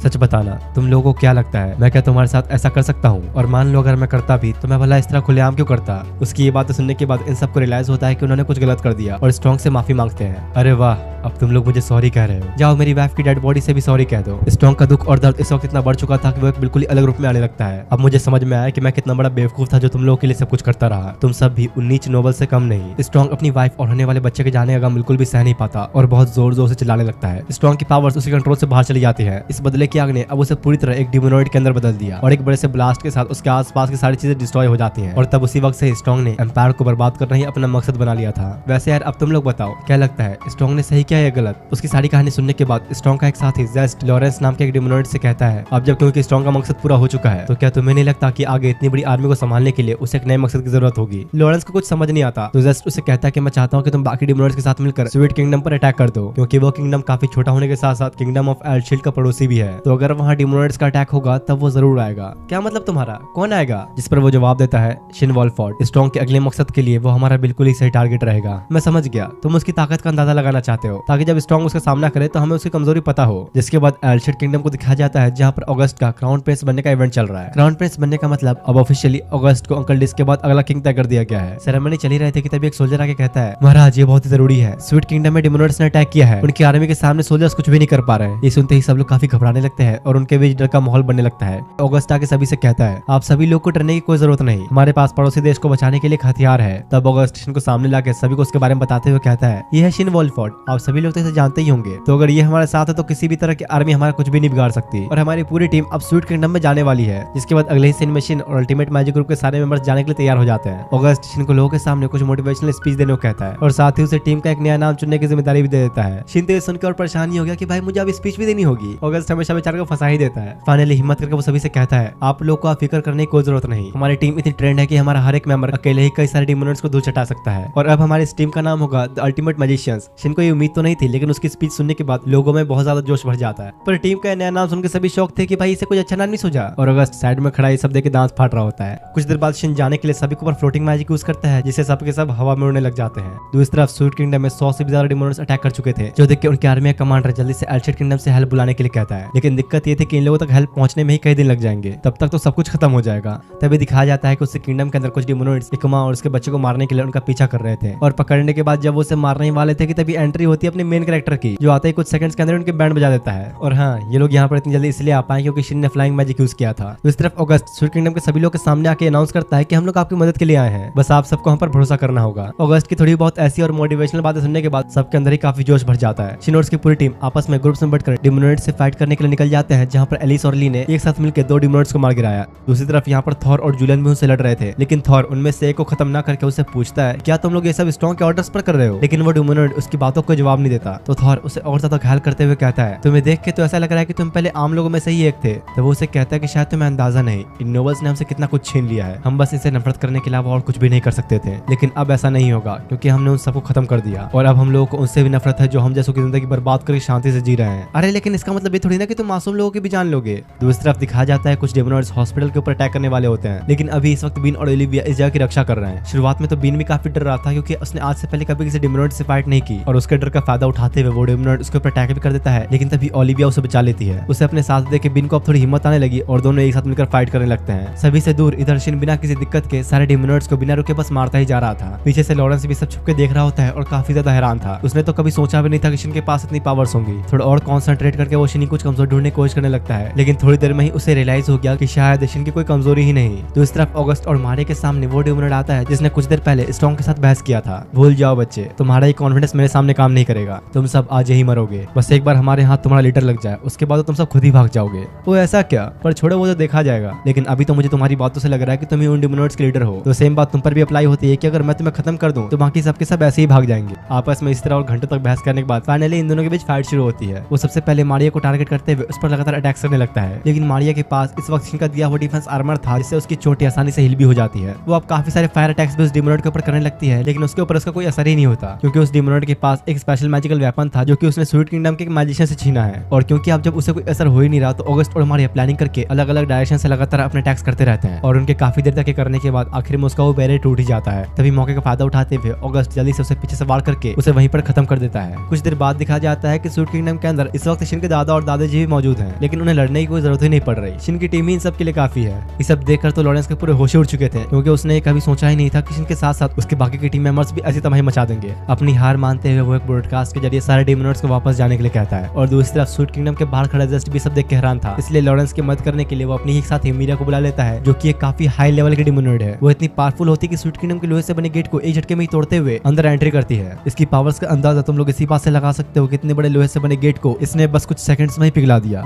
चलो अब देखते हैं आखिर तुम इंसानों में कितनी ताकत है। इसके बाद मीरिया देखते ही देखते किंगडम में हर जगह तबाही का माहौल बना देती है। दूर खड़ा स्ट्रॉन्ग भी सब देख रहा था और कहता है, अरे मीरिया ये तुमने क्या किया? आखिर तुमने जस्ट की बात मानी ही क्यों? इधर सिसिली को दिखाया जाता है जो कि किंगडम के सभी इंजर्ड लोगों को हील करने में लगी होती है। अचानक तभी एक औरत को मदद मांगते हुए कहती है, प्लीज किस तरह तुम मेरे पति को बचा लो, उसकी हालत बहुत ज्यादा खराब है। ये सुनते ही सिसिली अब जब उस औरत के पति के पास पहुंची तो देखती कि वो तो काफी इंजर्ड हो रखा है। शायद सिसिली के हीलिंग मैजिक यूज करने के बाद भी उसकी हालत ठीक नहीं हो पाएगी। दूसरी तरफ शिन को फील हो जाता है किंगडम में अब ऐसा कोई आ चुका है जिसके पास बहुत ज्यादा डिस्ट्रक्टिव पावर्स हैं। इधर मीरिया यहाँ एक एक करके सभी को मारने में लगी थी, लेकिन कुछ ही देर में एलिस और लिन वहाँ पहुंचकर उसके अटैक को रोक लेते हैं। अरे वाह, मेरे अटैक को रोक लिया। आखिर तुम दोनों हो कौन? हाँ शायद तुम हमें जानती नहीं, हम हैं अल्टीमेट मैजिशियन ग्रुप के मेंबर्स। जिसके बाद लिन और एलिस मिलकर मीरिया के ऊपर अटैक करने लगे, पर उस पर कोई असर ही नहीं होता। वो अचानक ही एलिस को पकड़कर आगे रख लेती है ताकि कोई भी उस पर अटैक न करे। दूसरी तरफ लॉरेंस को भी ये पता चल गया था कि कोई उनकी मदद के लिए आ चुका है, इसलिए वो सभी डिमोनॉइड्स को किंगडम से बाहर जाने का ऑर्डर देता है। जो सुनते ही सब भागने ही लगे कि तब शिन उन्हें देखते उन्हें रोकने की कोशिश करता है, लेकिन सामने किंगडम के कुछ सोल्जर्स भी खड़े थे, इसलिए उसे अपने अटैक की डायरेक्शन चेंज करनी पड़ती है। वो जैसे ही दोबारा उन पर अटैक करने वाला था कि तब सामने उसे मीरिया का अटैक से हुआ एक बड़ा ब्लास्ट दिखता है। असल में इधर मीरिया एलिस को शील्ड की तरह यूज करते हुए लिन पर लगातार काफी सारे अटैक्स कर रही थी। तभी टीम के दो और मेंबर्स टोनी और यूरी भी उसकी हेल्प करने के लिए पहुंचते हैं, लेकिन सबसे बड़ी दिक्कत यह है कि सब लोग मिलकर भी मीरिया को थोड़ा सा भी चोट नहीं पहुंचा पाते हैं। अचानक तभी वो बेहोश पड़े टोनी पर अटैक कर देती है, जो देखकर जैसे ही एलिस उसे बचाने के लिए गए तो वो उसे बड़े से पत्थर से मारकर वहीं बेहोश कर देती है। सबके बुरी तरह हारने के बाद वो अब उन्हें मारने ही चाह रही थी कि तभी शिन बीच में आता है और अब जैसे ही इन दोनों के बीच फाइट शुरू हुई तो मारिया, ऑगस्ट, थॉर और जूलियन भी वहां पहुंच जाते हैं। इस बार लड़ते हुए शिन बिना अपनी पावर्स को रोक के लगातार अटैक्स कर रहा था, जो देख के मीरिया को भी समझ में आ जाता है कि वो शिन के सामने ज्यादा टिक नहीं पाएगी, इसलिए उससे बच के भागने के लिए वो एक बड़ा अटैक करने का प्लान करती है। शिन भी उसकी चाल समझ चुका था और अपने साथियों को जल्दी से भागने के लिए कहने वाला था कि तभी मीरिया उन पर एक अटैक करके जल्दी से वहां से भागने लग जाती है। शिन भी पीछा करके उसे रोकने की कोशिश तो करने लगा, लेकिन लॉरेंस बीच में आ जाता है। जल्दी करो, यही हमारे लिए सही मौका है, इन पर एक्सप्लोसिव मैजिक यूज करो। जो सुनते ही मीरिया एक बड़ा एक्सप्लोसिव अटैक तैयार करने लगती है। शिन भी सोचे पड़ चुका था कि वो आखिर करे क्या, अपने साथियों को बचाए या फिर मीरिया से फाइट करे। इतने में ही अचानक तभी वहाँ एक बड़ा ब्लास्ट होता है और शिन ने यहाँ पर सभी को बचाने का फैसला किया। कुछ देर बाद जब उसके अटैक का धुआं हटता है तो सभी सही सलामत होते हैं, लेकिन मीरिया और लॉरेंस बच के भाग चुके थे। पर ऑगस्ट को अभी एक चीज समझ नहीं आ रही थी कि आखिर उनके इस डिमोनॉइड अटैक का मकसद क्या था और वो लोग भागे ही क्यों। वो कहता है कि आप चलो जो भी हो, अच्छी बात यह है कि स्ट्रॉन्ग या नहीं था, नहीं तो हमारा उससे बच पाना आसान नहीं होता। दूसरी तरफ सभी डिमोनॉइड्स को दिखाया गया जो कि वापस जा रहे हैं। लॉरेंस तो अभी भी शिन और उसकी टीम के बारे में ही सोचकर परेशान हो रहा था, क्योंकि उसे बिल्कुल भी उम्मीद नहीं थी कि उन लोगों के पास ऐसी पावर्स होंगी। इधर स्ट्रॉन्ग को दिखाया गया जो खुद से कहता है, मुझे लग रहा था कि एम्पायर खत्म होने के बाद सब कुछ शांत हो चुका है, लेकिन लगता है कि आप शिन वॉल फोर्ट के रहते मुझे बोर नहीं होना पड़ेगा। दूसरी तरफ शिन और ऑगस्ट सिसिली से मिलने पहुंचते हैं, जहां बीन और ओलिविया के साथ मिलकर वो कई सारे लोगों को हील कर रही है। शिन के पूछने पर ओलिविया उसे बताती है कि सिसिली अंदर एक इंसान को हील कर रही है जिसकी हालत काफी क्रिटिकल है। तभी ऑगस्ट कहता है कि इतने लोग काफी नहीं है, हमें और मदद चाहिए, और वो शिन से कहता है कि बाहर का मैं संभाल लूंगा, तुम अंदर जाकर सिसिली की मदद करो। इधर दिखाया जाता है कि वो भी पूरी कोशिश कर चुकी थी, लेकिन उस आदमी की हालत बिल्कुल भी सुधर ही नहीं रही है और वो उनसे माफी मांगते हुए कहते हैं कि प्लीज मुझे माफ कर दीजिए, मैं अब कुछ नहीं कर सकती। आखिर में जब उसके पास कोई ऑप्शन नहीं होता तो अपना आर्मर उतारने लगती है, जिसमें ऑटो हीलिंग मैजिक का इस्तेमाल किया गया है। अगर वो आदमी इसे पहन ले तो शायद कुछ हो सकता है, लेकिन तभी शिन आके उसे रोकते हुए कहता है, तुम्हें अब इतना करने की कोई जरूरत नहीं, आर्मर का भी उस पर कोई असर नहीं होगा, पर तुम चिंता मत करो, अब ये मुझ पर छोड़ दो। इसके बाद जब शिन अपना हीलिंग मैजिक यूज करने लगा तो उसे पता चलता है कि ये आदमी तो बस अब मरने ही वाला था, बस सिसिली के मैजिक ने इसे रोक कर रखा हुआ था। शिन थोड़ा सब्र से काम करते हुए उसके सारे जख्मों को एक साथ हील करने के बजाय उन्हें एक एक करके हील करने लगता है। उसके इस तरीके से फाइनली उस आदमी की हालत में कुछ सुधार होने लगता है। दूर खड़ा ऑगस्ट भी सब देख के सोचता है कि शिन आखिर तुम हो क्या और कितना स्ट्रॉन्ग हो सकते हो। इसके आप कुछ देर बाद दिखा जाता है कि शिन और उसकी टीम को स्वीट किंगडम के किंग शुक्रिया कहते हैं, क्योंकि अगर ये लोग टाइम पे नहीं आते तो लोगों की जान बचने का कोई चांस ही नहीं था। बातों बातों में ऑगस्ट उन्हें कहता है, इस डिमोनॉइड अटैक में मुझे कुछ बातें समझ नहीं आई। पहली तो ये कि जिन डिमोनॉइड्स ने एम्पायर में अटैक किया था वो इस अटैक में शामिल नहीं थे, और दूसरी ये कि इन डिमोनॉइड्स का लीडर स्ट्रॉन्ग तो पहले ही एम्पायर को तबाह कर चुका है, तो आखिर उसने ये अटैक क्यों किया। और क्योंकि पिछली बार शिन ने उसे हराया था तो उसे ये बात तो अच्छे से पता ही होगी कि अगर वो स्वीट किंगडम पर अटैक करेगा तो उसकी फाइट शिन से होगी, तो आखिर वो सामने क्यों नहीं आया। हम लोग अभी कुछ पक्का नहीं कह सकते कि आखिर वो प्लानिंग क्या कर रहे हैं। तब ऑगस्ट एल्शेड किंगडम का प्रिंस होने के तौर पर किंग से पूछता है कि क्या मैं आपके और हमारे किंगडम के बीच एक अलायंस बना सकता हूँ। स्ट्रॉन्ग से फाइट करने के लिए हमें एक बड़ी अलायंस चाहिए। अरे हाँ क्यों नहीं, मैं जरूर इस बारे में बात करना चाहूंगा, हमें अब मिलकर ही लड़ना होगा। कुछ देर बाद जब वो लोग वहां से जाने वाले होते हैं तो शिन को इस बात का रिग्रेट हो रहा था कि वो लोग मैजिक गेट से किंगडम में क्यों नहीं पहुंचे, उससे और ज्यादा लोगों की जान बच जाती। इसके पीछे की मेन वजह ये थी कि शिन उसी जगह पर टेलीपोर्टेशन गेट का इस्तेमाल कर सकता है जहाँ पर वो पहले गया हो, तो देखा जाए तो इसमें शिन की कोई गलती थी नहीं। इसके बाद अब जब वो सब लोग टेलीपोर्टेशन गेट के जरिए किंगडम में वापस लौटते हैं तो हर जगह खुशी का माहौल होता है, लोग उनकी जीत का जश्न मना रहे होते हैं। तभी ऑगस्ट अपने डैड से कहता है, मुझे आपसे कुछ जरूरी बात करनी है। जिसके बाद महल में आके वो उनसे पूछता है कि क्या आप मुझे दूसरे देशों के साथ एक बड़ी अलायंस बनाने की जिम्मेदारी देंगे, क्योंकि अब सारे देशों को एक साथ मिलकर फाइट करना होगा, इसके अलावा हमारे पास और कोई रास्ता नहीं। नहीं। जो उनके अंकल डिस भी उसकी बात मानते हुए उसे परमिशन दे देते हैं, क्योंकि वो भी ये बात अच्छी तरह से जानते थे कि स्ट्रॉन्ग की आर्मी से अकेले लड़ना बहुत बड़ी बेवकूफी होगी। दूसरी तरफ एम्पायर में बैठे स्ट्रॉन्ग को दिखाया जाता है, जो कि जस्ट मिरिया और लॉरेंस से कहता है, सच कहूं तो तुम लोग का ये तमाशा देखने में मुझे काफी मजा आया, लेकिन शायद तुम लोग भूल गए कि मैंने तुम्हें वार्निंग दी थी कि शिनवॉल्ड फोर्ट से दूर रहने में ही तुम्हारी भलाई है। तो जस्ट उसे माफी मांगते हुए कहता है कि प्लीज इस बार हमें माफ कर दीजिए, आगे से ऐसी गलती बिल्कुल भी नहीं होगी। अरे कोई बात नहीं, मुझे भी काफी मजा आया, लेकिन तुम लोग थोड़ा और मेहनत करते तो ज्यादा अच्छा होता। उससे सुनते ही तीनों के डर के हमारे पसीने छूटने लगते हैं कि भाई स्ट्रॉन्ग कहीं उसे मार न दे, लेकिन वो उन्हें बिना कोई सजा दिए ही वहां से जाने लगा और मीडिया से पूछता है हमारा वो दूसरा काम कहाँ तक हो गया। तो वो उसे बताती है कि अभी हमें कुछ पक्के तौर पर पता नहीं चला, हमें इसके लिए वेरिफिकेशन करने की जरूरत पड़ेगी। इधर किंगडम में दिखाया जाता है कि शिन और उसकी पूरी टीम सभी देशों के साथ अलायंस बनाने के लिए सफर पर जाने वाली है। अपने दादू और दादी को बैक करके शिन सबके ऊपर फ्लाइंग मैजिक यूज करके इस लंबे सफर पर निकल पड़ता है। और इसी के साथ इस एनिमे का सीजन 1 यहीं पर एंड होता है। अभी तक इसका सीजन 2 नहीं आया है। फिलहाल ये स्टोरी इतनी ही है। बाकी तुम लोग को एनिमे कैसा लगा कमेंट करके जरूर बताना। मिलते हैं आप तुम लोगों से नेक्स्ट वीडियो में, तब तक के लिए थैंक्स फॉर वॉचिंग।